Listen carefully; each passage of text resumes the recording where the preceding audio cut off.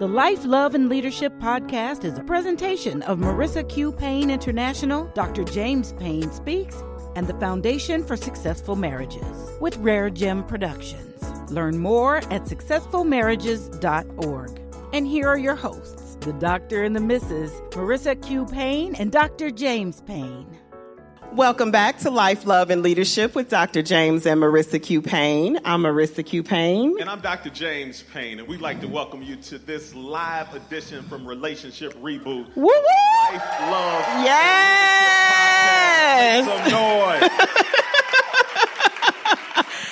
So I am so excited for this moment. It's the first time we've taken the podcast live, and what better place to do it than at Living the Word Church in Collinsville. Yes. Come through.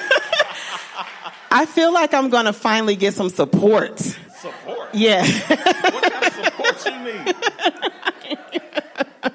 Because in the studio, you give me the blues, and it's just nice to have some real-time feedback. We don't have to wait for it for social spaces. I can definitely get used to this. So, and especially since we're talking about apology styles tonight, I need all the support I can get. Y'all got me? Hold on, y'all ain't gonna do me like that, though, right? We're going to see how it goes. So, speaking of apology styles, before we get into that, I wanted to just quickly, since we have an audience here, right? This week's episode, even though we weren't doing part 2, there was a recent apology that came up. And there was some speculation as to whether or not it was actually an apology. So, I figure we've got an audience, and we could settle this debate right now. Put it out there. So if you didn't hear this week's episode, I'm just going to give you the quick update, right? So we had a situation. It didn't go too well. And so Dr. Payne called me later. I knew that he would. And apologized. So this is what he said, all right? He said, and I quote, "I'm not sure, but I don't like my performance this morning. I may have been controlling because it's something that I don't value."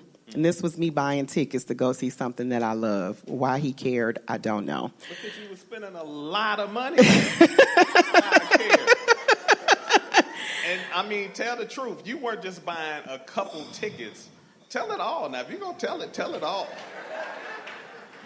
So we sponsor a lot of stuff in our family situation, tickets and that sort of thing. So, like, we buy tickets. It was not that many. It's like 7 tickets. And it was That's like... a lot. Is that a lot of tickets? 7. Okay, but it wasn't anywhere near the amount of that watch that we just talked about a couple weeks back. We weren't even talking about the watch, though. So, like, it's nowhere in the same category. See what I'm talking about? Yes! But how you gonna bring that watch up, though? I'm just saying. So again, and I don't know if they have it on the screen or not, but I'm not sure, but I don't like my performance this morning. I may have been controlling because it's something that I don't value. That was good. So what do you guys think? Was that an apology? Who ready for the mic? Anybody ready for the mic already? Hold on. I'm Whoever said it's not an apology, please put your hand up. Oh, Lord, jeez. They went fast and without hesitation. They weren't scared at all. So who says it was an apology? Does it count? Oh, it's a few people. God bless you. Yes. Look at this little corner over here. I want to know why. Somebody tell me why. Over here, Mel. Oh, Pat. Okay. Go. It is the genesis of the apology. Oh, it's the genesis. But that was complete, though. That was it. Well, we have yet to know what tomorrow holds. But it was the start. It was the start. But it was a good start. Yes. Debatable. Okay, over here.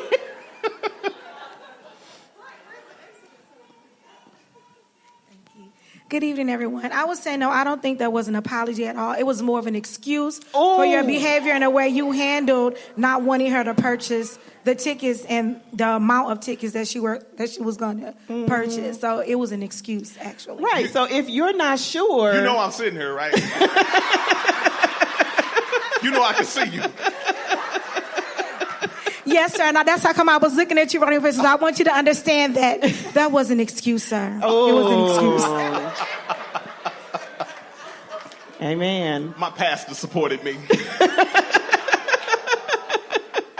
Sips tea. We got to weigh in over here. Jade, you got a mic too. You supposed to run.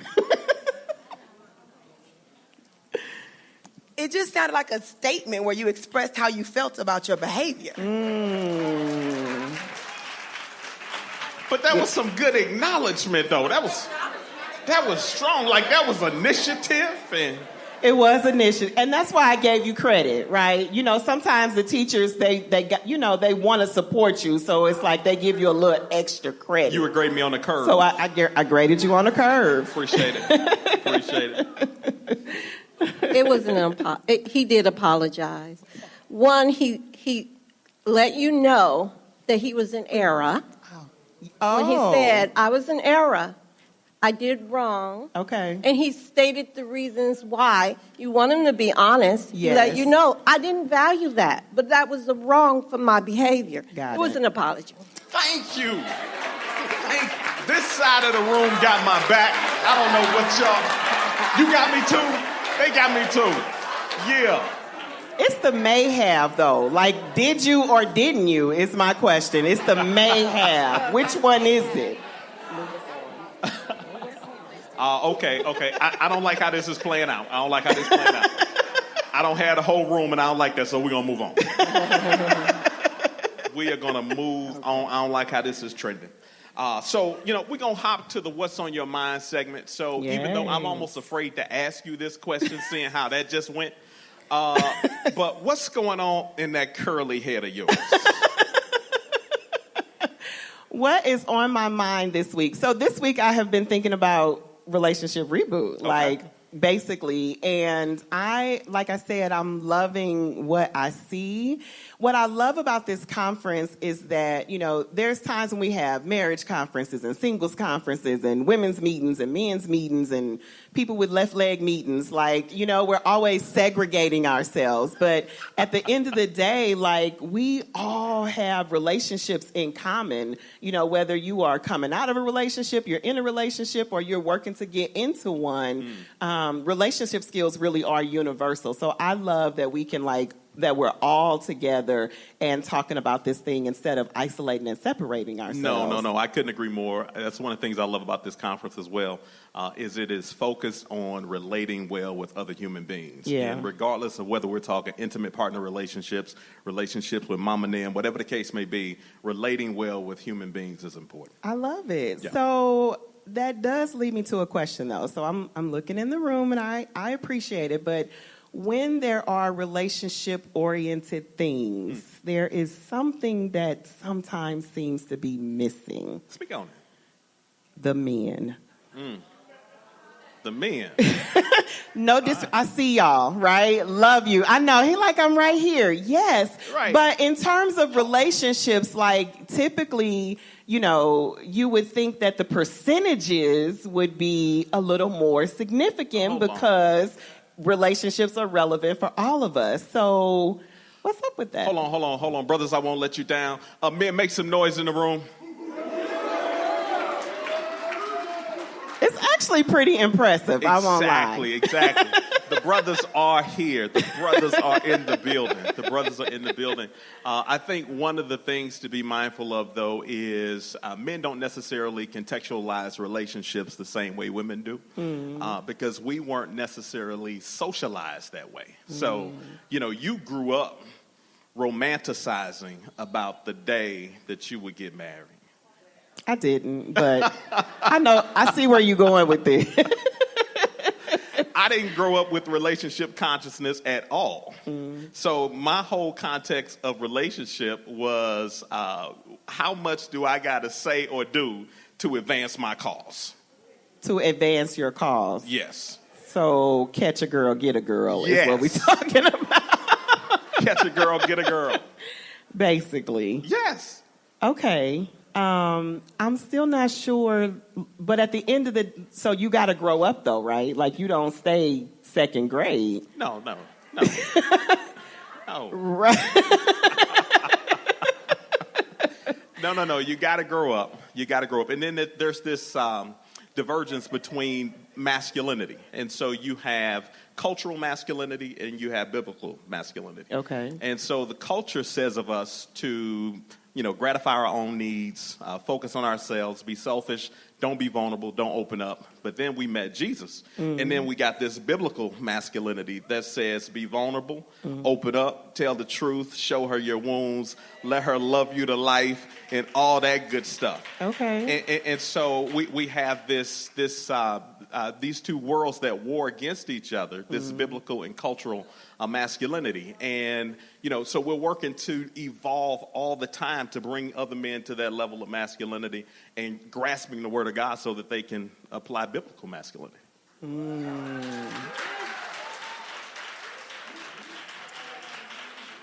So I think that's interesting because, like I said, there's definitely like a disconnect, right? We're both in the relationship, but it definitely seems like when the relationship isn't working, only one of us wants to work on it.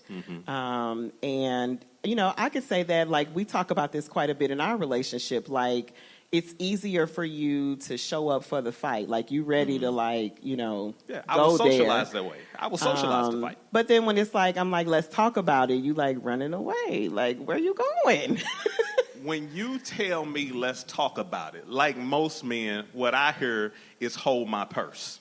And so I want to talk to you about the relationship like I want to stand in the middle of the shopping mall and hold your purse. I don't want to do that. Anybody want to hold a white purse in the middle of the mall? No, you got no takers. We have one. Somebody See there, man bag. Come on. All right, brothers, we'll check him later. No. What we not going to do is stereotype. I'm a social worker. I'm not having it. I promise I'm not having it. Hold your purse if you need to. Yes, hold your purse if you need to. I really like, though, A.R. Bernard, pastor out of New York, wrote a book, 4 Things Women Want from a Man. And he was talking about this idea of masculinity and how it shows up in men. And he identified 4 things that I think really cut to the core of masculinity as we want to see it in biblical masculinity. Okay. The first one is maturity. And so you talked about being mature, growing up. Yes, it was catch a girl, get a girl at one point, but you got to grow out of that. Okay? Yes, please. I get it. The second one was decisiveness. So everybody wants a man who's mature, a man who is decisive. You can't be waffling on decisions your entire... Make a decision, sir, please. The third one was consistency. You want them to be the same way all the time. So you want to be an integer, same thing all the time. And then the last one is strength. You need somebody that can stand up under pressure, take a licking, and keep on ticking. Okay. So, yeah, amen to that. Amen. So what can we do different then to bring out that part? Like, how do we get more of that part when it's not going well? Well, I think a couple things. Space and grace. Rome wasn't built in a day. And, in our own relationship, it took me a few Christmases to evolve into all that Dr. Payne is today. Amen. Amen. Amen. Your amen shouldn't have been that strong, but whatever. We're going to deal with that in the car. See, I promise you, so much was going on in my head in that moment. Like, I had a decision to make, right? I was just like, okay, he going out on a limb, so I have some feelings about it, but his love language is words of affirmation. And this was your opportunity. So I should just, like, yeah. Yeah. You don't know what was happening in my head in that moment. Thank God. It's tricky business. So does that happen with you too? Like, yes. Are you thoughtful about, is your mind like trying to figure out what's the best approach? And all the time. Yeah. All the time. Everything that comes up does not come out. I got it. Yeah, That's good. Praise God for that. That ain't wisdom.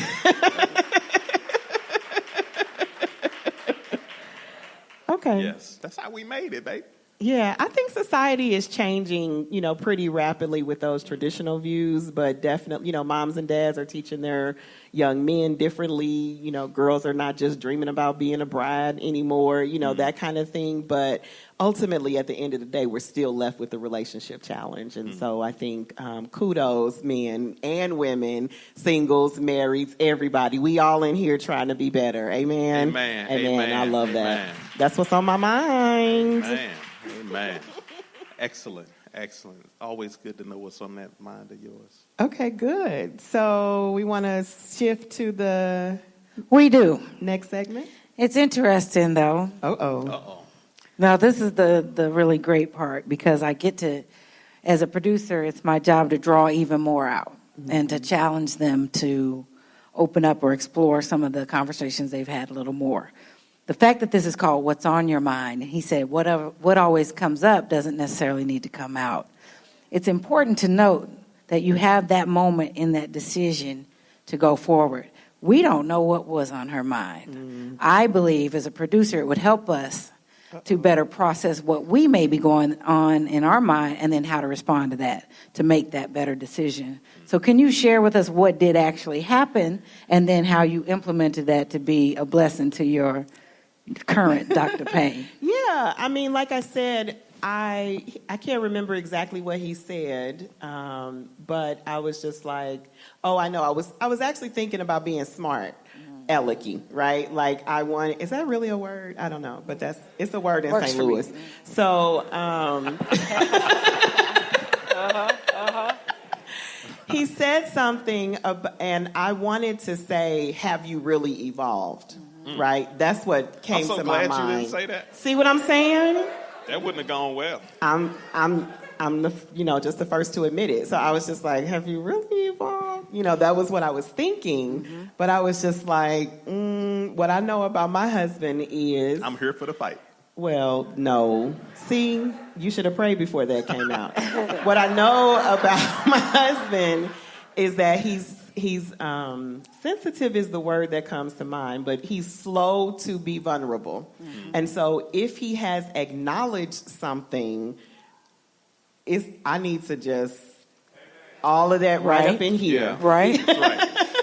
Amen. Now, Keep all of that, just let him do Right. that and celebrate him for it and keep my negativity to myself. right. So here's where I walk over to the other side. Oh, boy. You're keeping negativity to yourself. Why was there negativity and sarcasm in the first place? See, what had happened was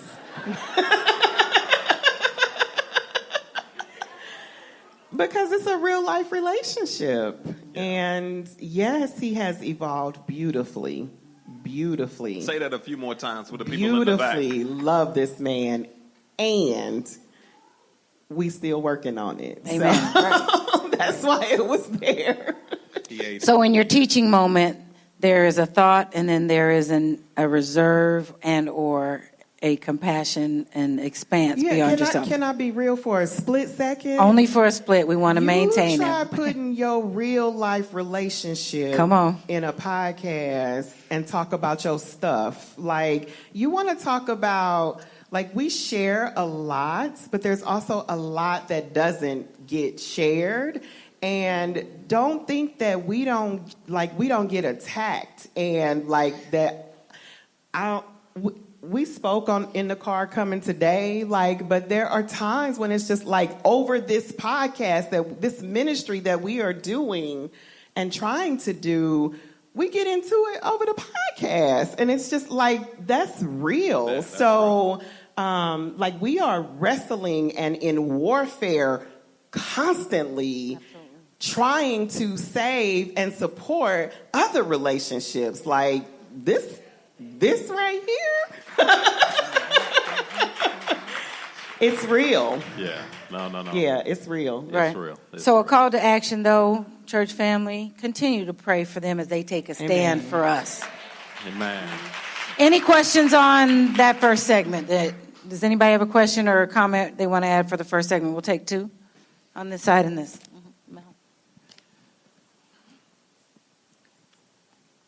Thank you. Hello. Hi. Hey. Oh, I'm live, so I'm sorry. I just want to say that, first of all, I'm excited to be here, but I just started listening to the podcast a couple of days ago. So I was on the road today, so I've been binging this podcast. Yes. So as a married woman, I appreciate your candidness, your openness, and your transparency, because so many times we think we're in this thing alone, like we're the only ones that have these type of problems. Yeah. And so listening to your podcast, like I knew better, but I appreciate you opening up your relationship and your love and these 24 plus years you all have that assist people that, like me, who haven't been married for a long time, to know that even though we may be in a dry season, I love that statement of you have to have grace in that love bank. Yes. And when I tell you how much it has blessed me in the past couple of days, I can't even put that in words. So the comment is, I appreciate you. I will be praying for you because your struggles are helping my struggles. Amen. Amen. Amen. Amen. Thank you. Amen. All right, and we have one more question for that segment. Question. You said about speaking and telling the truth to your partner. Yes. When you got to hold that back to not hurt them, don't that help you grow as a person yourself to make that relationship better in the future? You didn't see my 2 inches that I just got? Like, yeah, and growth is painful. Like, it's not easy all the time. Like, you know, like I said, and I learned to do that because of the 500 times I said it and it didn't go well, right? So I learned and I have evolved over time, so I know better now. Yeah. But I had to take myself through some heartache and some, you know, sitting in the audience at Relationship Reboot, which we can still be rebooted as well. Amen. I keep saying the podcast is going to bless us more than anybody. That's a fact. Tell the truth. Yeah, and to my sister over here who made that comment, so we were at, we went to a restaurant with a couple that was recently engaged, and they wanted to kind of hang out with us and talk relationship or whatnot recently. And so after we get ready to leave, we're checking out, and they're like, wow, so you guys kind of have a lot of the stuff we're dealing with. I say, yeah, the trick is we just keep getting back up. Amen. We just keep getting back up. And so whether you are newly engaged or you've been in the game for a minute or whatever, just keep getting back up. It's true. Yeah, I said all the time, keep going home. How do you make it last? Keep going home. Yes. All right, we ready? Yes. All right. So it's the topic of the day. It's the topic of the day. We merged Fight of the Week and Topic of the Day this week. So, okay. So now we get to revisit our conversation about apology styles and the importance of speaking your apology in a way that your partner can actually hear and receive it. So the last time we had this conversation on air, it didn't go so well for me. You lost. I'll be honest. Okay. I really feel like I should, be in the seats for this one, but because it's tough. I'm going to admit it. Part of our mission, though, is to represent real love, which sometimes is picture perfect and sometimes is struggling with apology. So This is me taking one for the team. Unless there's any volunteers that would like to, we got any apology experts? Any apology experts in the room? Okay, well then I'll stay up here then. So I will say that taking a deeper dive into the apology styles has really been reflective. Like I've been learning a lot. So I took the How Good Is Your Sorry quiz, which we have copies for everyone if you haven't seen that yet. But it's a free resource from the authors, and I must admit, things look pretty grim for me, even though I think the questions and answers are a little dramatic, but it really does help you get the point pretty quickly. Yeah. So before we even get into this, I'm just going to say it up front, get it out the way. I am not a very good sorrier. Amen. Amen. I'm glad you admitted that. Yes, you are not a very good sorrier. And see, right there, you're not a good receiver, but I digress. So I think what I've learned since we last discussed this is that apology isn't for me, right? It's really for the person that I'm in relationship with. Right. Even though sometimes it might clear my conscience, but it's really not about me. And that might seem weird that I didn't necessarily get that, but I think that that's what I'm really starting to understand. So, it's your goal with someone that you care about is to breach the gap that might have been caused if you did something to offend them, whether you did it intentionally or unintended. Right. So it's just because I'm okay doesn't mean sorry isn't warranted. I need you to be okay as well. I think it was the unintended part that really had me hung up because, like I said, I don't have a problem admitting when I'm wrong, but if I didn't do anything, I'm not apologizing. Or you didn't intend to do anything. See, it's that intention thing. But I think why I was sensitive about it is, I've had a relationship with someone in just like outside of our partnership where they kind of they made me tried to make me take ownership of their feelings, right? Like every little thing I did, they were like, you made me feel this. And I was carrying that. And I'm just like, but I didn't do anything. And so I know that people own their own feelings. You can't make somebody feel some way, right? We are responsible for our own feelings. So, but now, like, I kind of see that I can express regrets about something that was unintended without taking responsibility for it, right? So I can say, I'm sorry that hurt you. And I can even take it further where I, make restitution. I'm sorry that hurt you. How could I have said it differently, right? But I didn't necessarily say I was wrong or I did something wrong. So it's giving them what they need while honoring myself as well. And I think that has been really illuminating for me. Well, yeah, I think you said something important there. So the intent, it really stands opposite of the offense. And so you have the intent. Hold on. Yeah, wait a minute. Let me say go slow. Yeah. So you have the intent, what you intended to occur, what actually occurred, and that creates a gap. Okay. And anytime there's a gap in between what you expected and what you experienced, there needs to be a bridge to bridge the gap between what you intended and what the offense was. And so that bridge has to be an apology.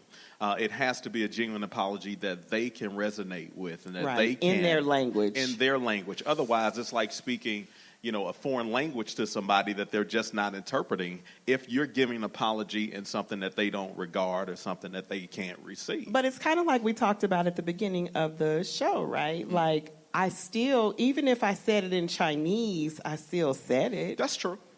So, there's kind of this like, that's where the relationship piece is, right? Like, so I did the best I could, right, based on what I know, to offer you an apology. It didn't resonate for you, but it was an apology. So what responsibility do you have? This is me judging you. Why are you judging me? Because that was not an apology. What?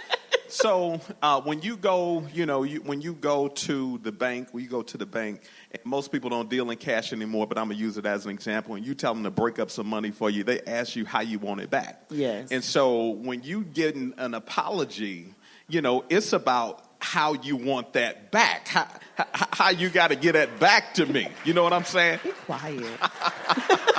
She's a hater.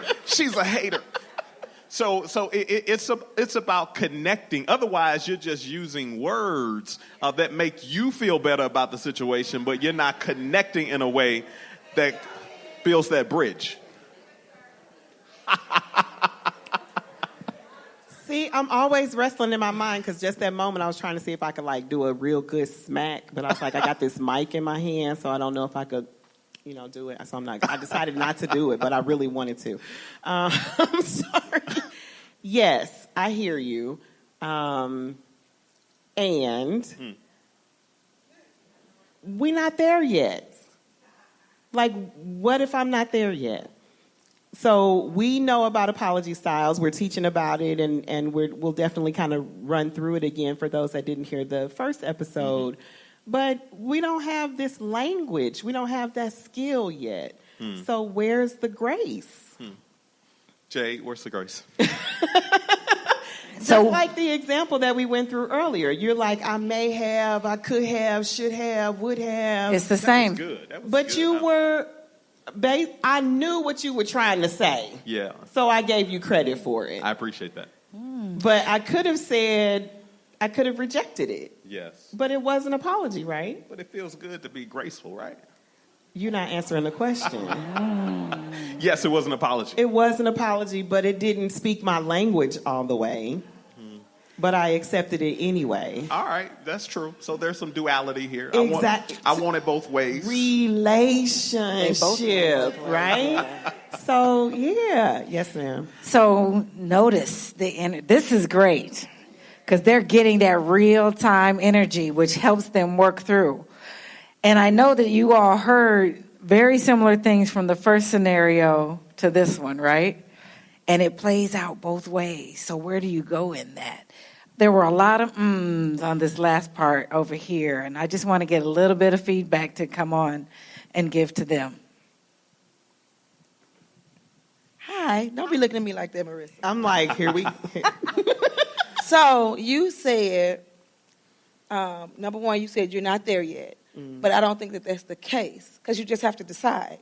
You have to decide that I am going to enter into humbling myself to do what my partner needs. The other part that you said was almost the exact opposite when you was trying to zing. Executive pastor. When you said it's a relationship, that's it. You just have to decide to relate. And I can't relate if I won't cross the street. Look at what you created, teacher. She was like, yes. Yes, so teacher hat. So, but yes, I keep this but. So there's no buts in apologies. Y'all, you see how hard I've been working? I was like, and... Just because but. So if you don't have it in your notes, no buts. You can't say, I'm sorry, but, right? Done. You just X'd out the sorry and focused on whatever was after that but you said. So if that's like one-on-one. What I'm saying is, when I was saying kind of how, I'm not there yet, I wasn't necessarily speaking about me specifically, although I'm still a big work in progress. Yeah. I'm just saying in real relationship, right, where you don't have the how to say I'm sorry quiz and all that stuff yet.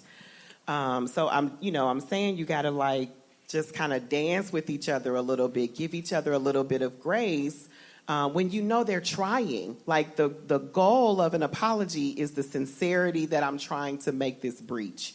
And hurt people. So when you're hurt and your partner comes to you saying it, you're still operating out of hurt that impairs your ability to actually make progress because usually you're not necessarily using your words. So how do I know what your language is?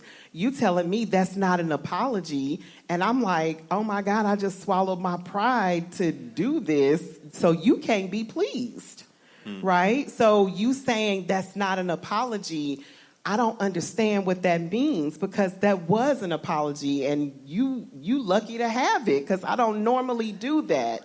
Now I'm not going to do it anymore because when I do it, you don't receive it.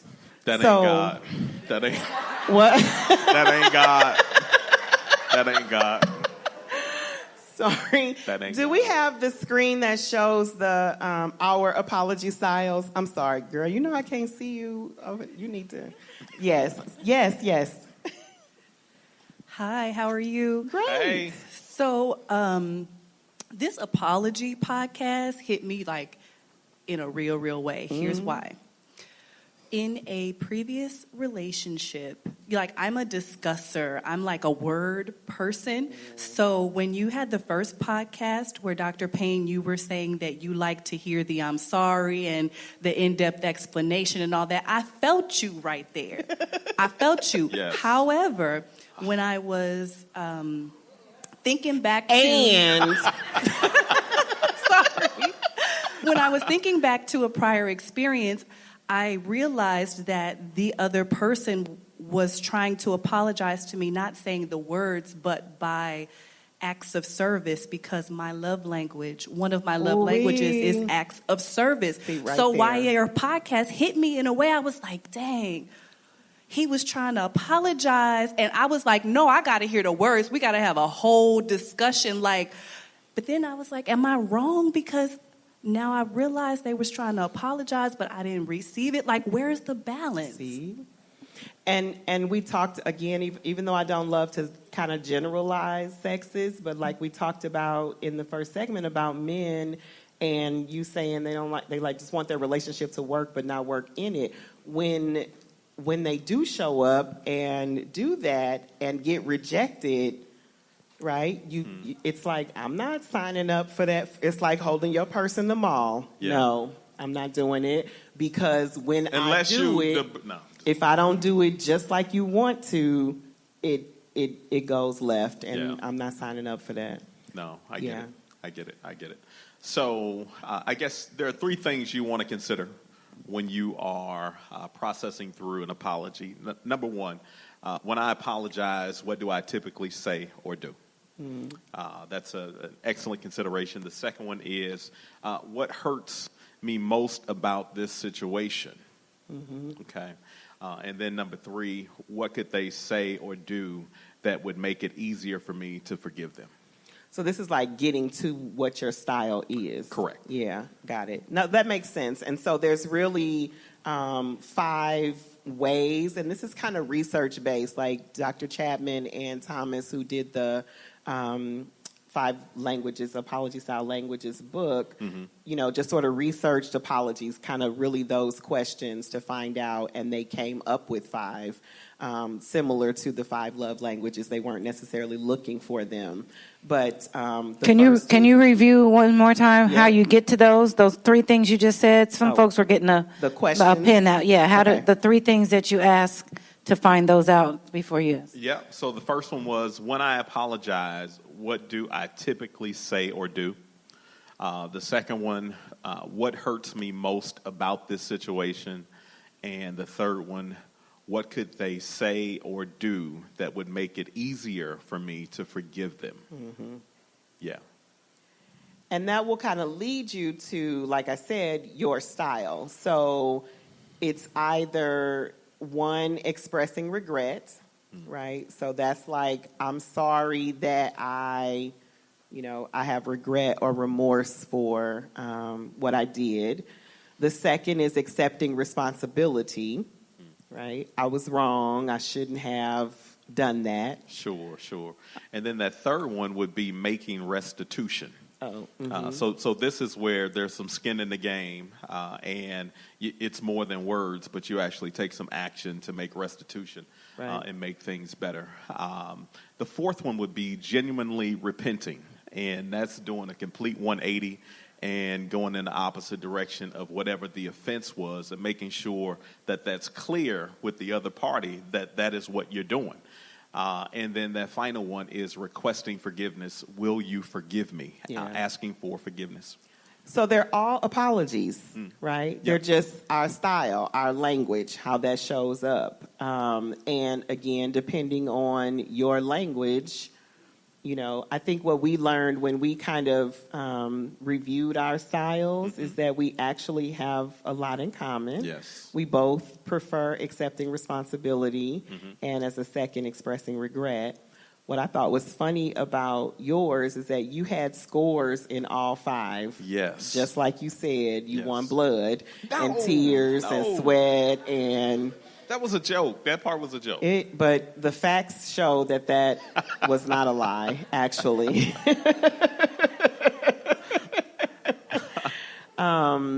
So again, we learn. I think what I found interesting about yours is you didn't have anything in requesting forgiveness. So you just don't need anybody to request forgiveness. I told you, Jesus. That's it. Okay. But you said you needed it, but the results show that you don't need it as much as you thought you did. Thank God. And I think the severity of the offense matters as well, right? You can't cheat on me and say you sorry. Whatever your language is, that's not enough. No, right? You got some repairing to do, some restitution to do, and there's a lot more to it than just saying I'm sorry. Yeah. So what about, and I want to wrap this up because I definitely want to take questions. What is the responsibility of the receiver of the apology? Don't you have some duties too?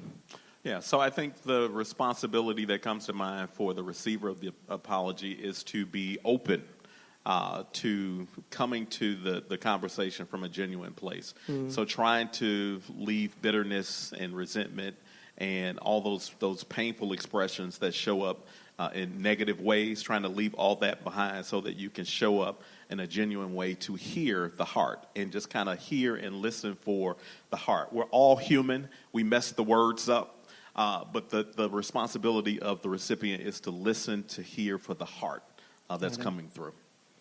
Isn't this such a better episode about apology styles? I didn't lose this time. I feel so much better. I'm happy, baby. I'm glad you feel better. We should take questions. Yes. Let's do it. Let's do it.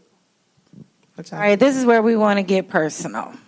They put themselves in a vulnerable place to be up here and share and go through and work through for themselves. I'm sure we've all had an experience or an encounter when we were wrong or have been wronged. Am I right?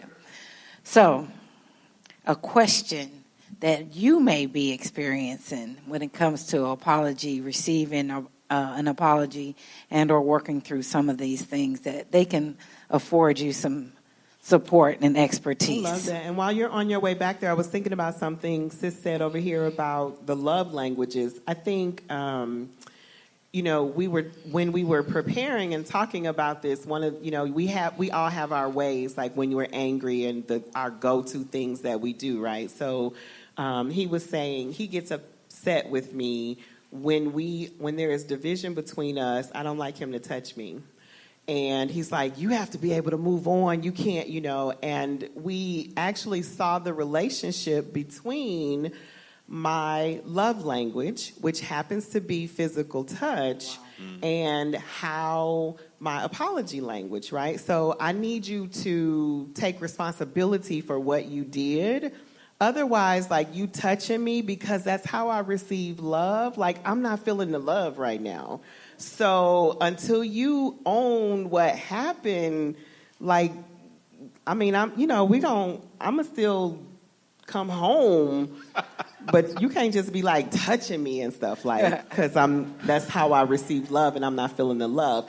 And likewise, his big thing, because his love language is words of affirmation, if I say something negative, if I yell, that's a major breach to him because it's a violation of how he receives love.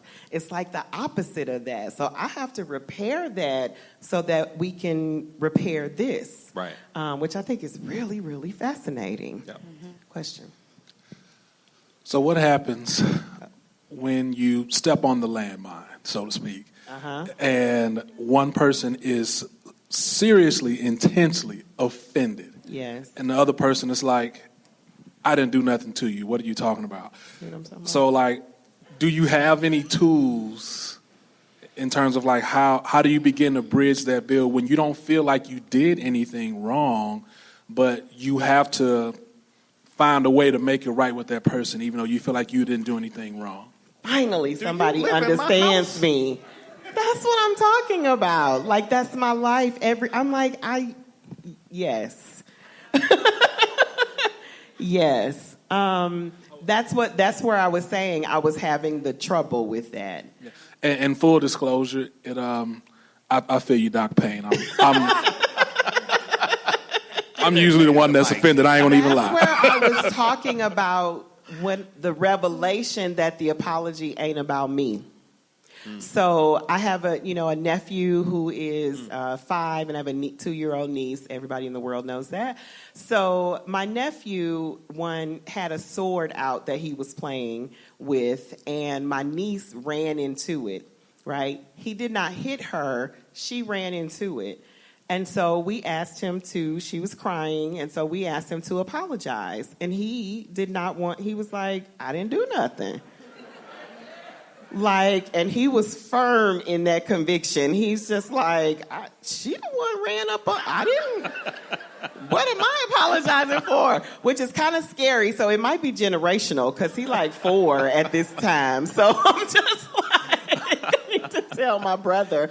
Yeah. So, but, and we're explaining to him, well, you didn't intend to do it, but she was hurt nonetheless. And so, no, you don't have to apologize.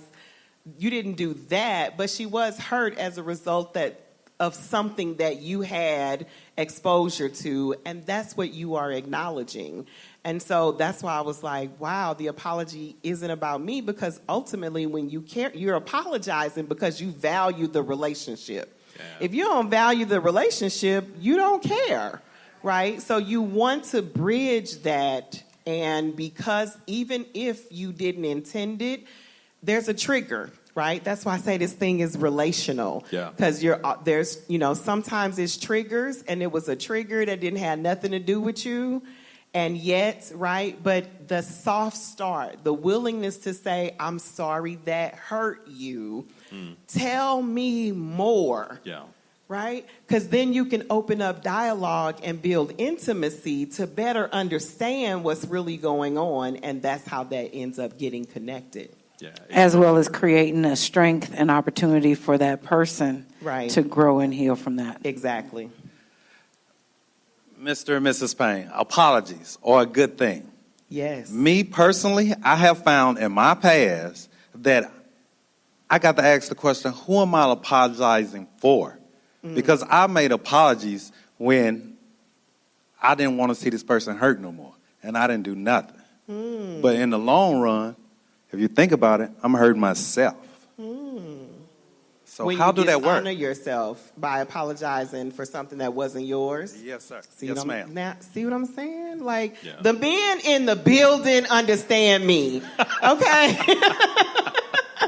Yes, I understand that. Yes. And that's where I was talking about the triggers and the baggage and the past hurts.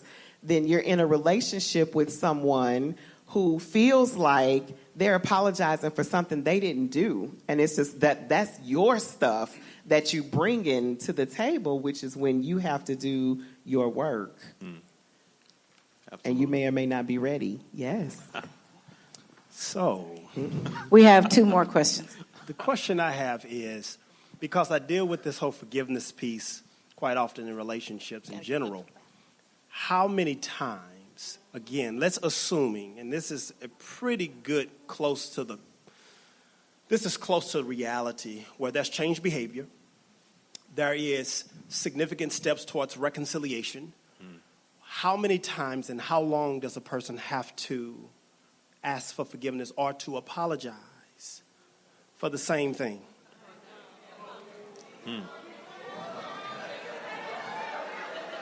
It sounds like they done been through that before.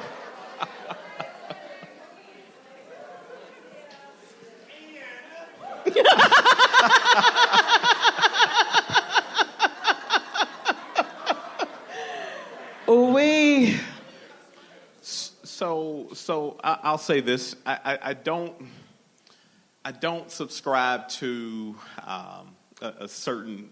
So we talked about a space and time continuum. How many times? How long?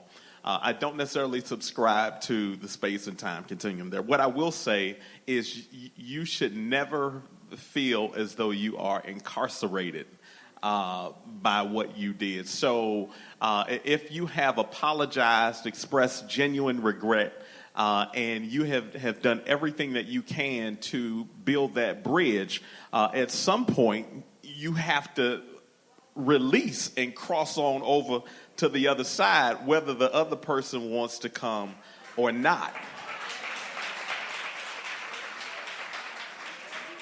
You look like you want to say something.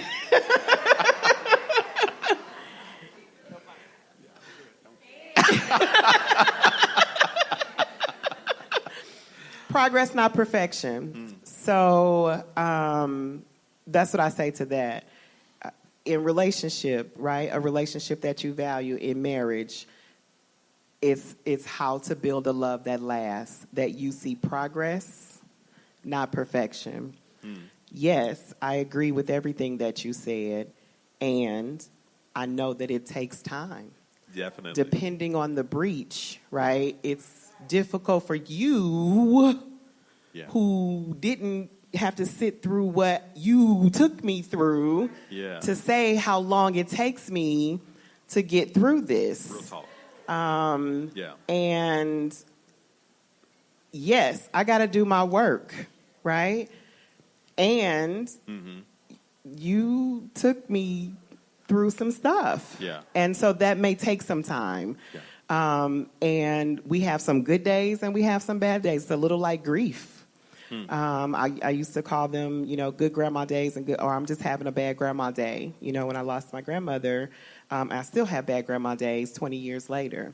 So depending on the breach, it may take, you might find yourself, and we do find ourselves, in conversations today that remind us of times past because something took that scab off. And, it takes maturity to remember, okay, am I back here or am I here, right? And that takes time. So as long as there's progress, I think you stay with it. But, there reaches a point where that might not be the case, and that's a different story, but that's what I got to say. All right, we have one last question. I ain't scared. I promise I ain't scared. Bring the questions. No. We got one last question, so we're on our... yes. Okay, so the way that I communicate is really through actions, but my husband doesn't. He communicates with actions too, but it's verbal. So the way that I apologize is actions. It's not often that I apologize for something. I want to know, because my husband is the opposite, is it wrong that I don't say I'm sorry? Ask him. Well, I mean... Yeah. It's not about right or wrong, but it's wrong if your actions aren't landing for him. If your actions are working and he feels like you apologize, then it's fine. But if you doing all this action and he still feels like you never said I'm sorry, right? Have you guys had that conversation? It's like, I said I'm sorry. No, you didn't. Or I apologize. No, you didn't, right? If you've heard that, that means you're not speaking it in their language. Amen. All right, thank you all for those questions. You can call it a show, Doc. Oh, that's it. We made it. Okay. Who's closing? You closing? You closing. All right, so we are going to call that an episode. Thank you so much for listening and participating.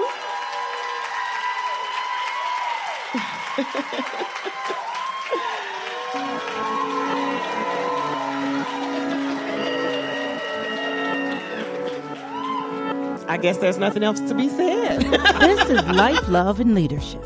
The Life, Love, and Leadership podcast is a presentation of Marissa Q. Payne International, Dr. James Payne Speaks, and the Foundation for Successful Marriages. Connect with us. Find us and follow on Facebook, Instagram, and Twitter. To learn more about our guests, show notes, services, events, or to get involved, visit successfulmarriages.org. Life, Love, and Leadership is another positive production of Rare Gem Productions. Thanks for listening.